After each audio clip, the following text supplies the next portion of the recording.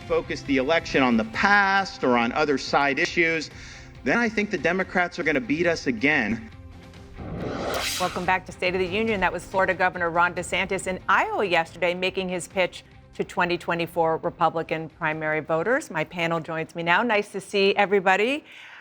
Scott Jennings, he not only was out in Iowa, he also, Ron DeSantis, seems to be reacting to and changing a bit as it goes with his critics, saying he's not engaging enough, he's not glad-handing, he's not looking people in the eye the way that Iowa voters, New Hampshire voters have an expectation of their candidates.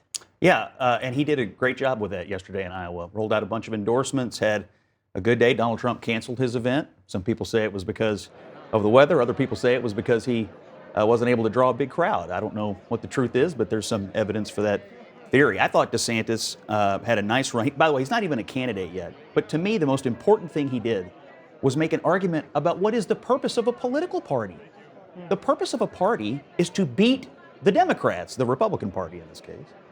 And Trump doesn't have a plan to beat the Democrats. He has a plan to dominate the Republican Party. DeSantis wants the party to be an electoral function, and Trump wants the party to be a bludgeoning tool against the people that Republicans hate, whether that's CNN or the media or whoever, what other institutions.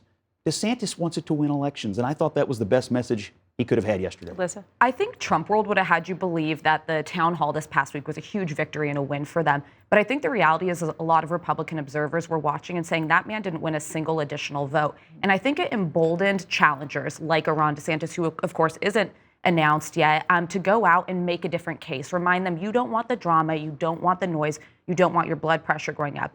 It was a good day for him. My one critique of DeSantis at this juncture would be you have two jobs in a primary, raise your name ID and take out the competition. And there is someone who's polling in double digits ahead of him, and he's not directly going after Trump enough. His PAC is, to be honest, the Never Back Down PAC is a really good candidate itself right now. But DeSantis has kind of waffled on actually challenging Trump, which is something he's going to have to do. I wonder if he will change that when he actually does run. I want to get you in, but I want to first, you mentioned the CNN town hall and the fact that part of the strategy there was to get Donald Trump to expand beyond his base. The content of what he said might have posed some challenges. Let's listen to some of that. Will you pardon the January 6 rioters who were convicted of federal offenses?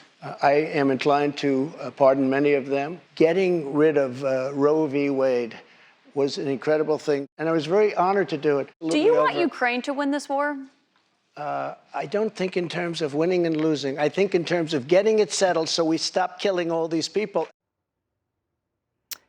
Michael LaRosa, first of all, welcome to the State of the Union panel. You worked for the Bidens for a while. You worked in the Biden administration. What's your view of how Democrats can or will use comments like this? Well, I think he just provided a lot of material, but that material was already there anyway. I don't think he added much. I think you saw a preview, thanks to CNN, a preview to what the next campaign is going to look like from the candidates, but also from the audience at home. This is what we're going to be watching for the next year and a half again. I think that when it comes to Trump, look, of course, the Biden campaign would love to run against Donald Trump because we know there's hard data on Trump, right? We know that independents have now run away from him 3 times, 3 elections in a row. And that's something that you feel safe with. Like, you know what you're running against. With anybody else, it's going to be a challenge for President Biden because nothing you fear more in politics is an X factor. We don't know how Ron DeSantis tests across the country. Well, I mean, I think right now there's Republican infighting, which I'm fine with. But I will say that, okay, nobody wants to go back to the past of relitigating the 2020 election. Donald Trump lost. But when you hear Ron DeSantis in Iowa saying, what country do we want for it? A lot of Americans don't want the country that Ron DeSantis is painting either, with culture wars, with a 6-week abortion ban. Those issues with not really wanting to stop or get gun reform when we have, we're on the anniversary of the mass killing in Buffalo. That's not the future most Americans want either. So DeSantis is an X factor in terms of how he polls nationally, but I don't think the future that he's painting is ways that really play outside of Florida. I don't know. I think that what DeSantis gives you is the generational comparison. I mean, you're going to have a very old incumbent president and a very young up-and-coming governor, and in some ways, I think it pushes the issues aside and just asks the American people to say, you know, what does the future of our country look like? Does it look like someone who will be 86 at the end of a term, or does it look like Ron DeSantis and what he's done in Florida? I don't disagree with you that some of these policy debates could make the race interesting, but I have no doubt what you said is true. Independents do not like Donald Trump. They've never liked him, and he has no plan to win them.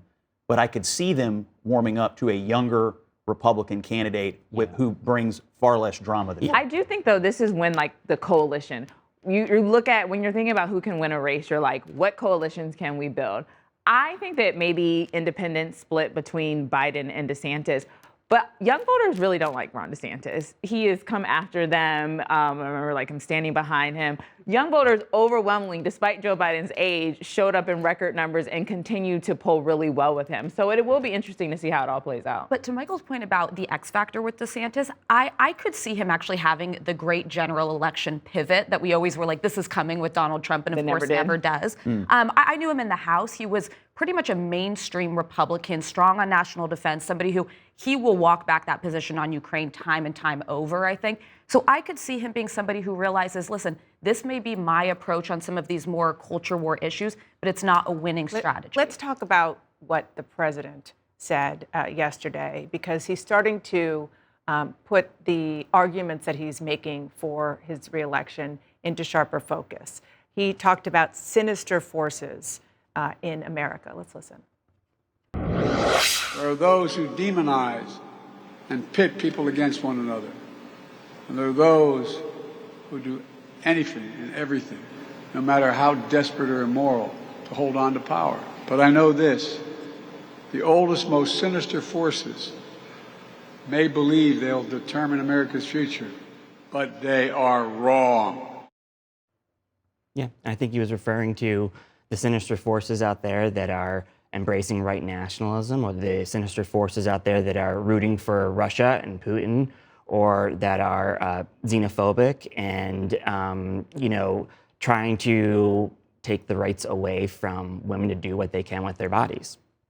And this is a particularly interesting argument, given you talked about the coalition, the fact that enthusiasm for President Biden among Black Democratic voters right now, polls show, is pretty low.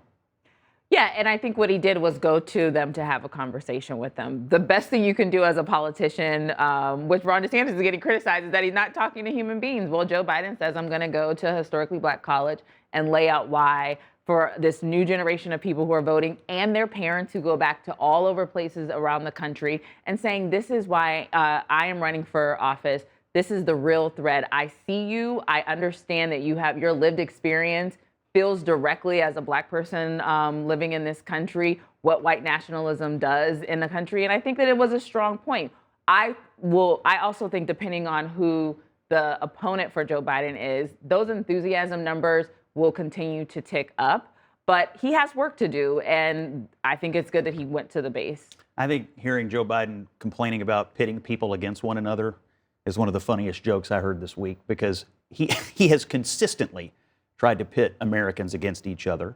He has consistently been dishonest on a number of issues, and he has consistently, I think, done exactly the opposite of what he said he was going to do, which is restore the norms and institutions of our government. And I think we have a war on institutions in this country, and I think Trump is part of it, but increasingly I think Biden is part of it, and for him to make that argument, I think, is very disingenuous. I would respectfully disagree. Yeah. I think he campaigned in 2020 to restore institutions, to restore respect for government, and to restore decency. And I think that elections are about two people. It's about a choice between two people. When people look at that choice, they're going to say, who reflects my values more?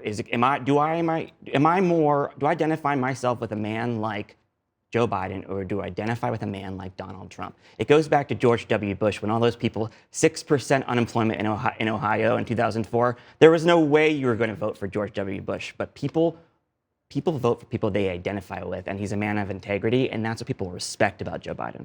Joe Biden's remarks yesterday underscored that he's dying to run against Donald Trump because he can run a message like that. It's fear-mongering. If he runs against any other candidate, he has a much harder uphill battle. His campaign ad was directed specifically at Donald Trump, and Republicans should listen to that. If they want to win, don't run the person Joe Biden's dying to run against. Thank you so much. Great discussion.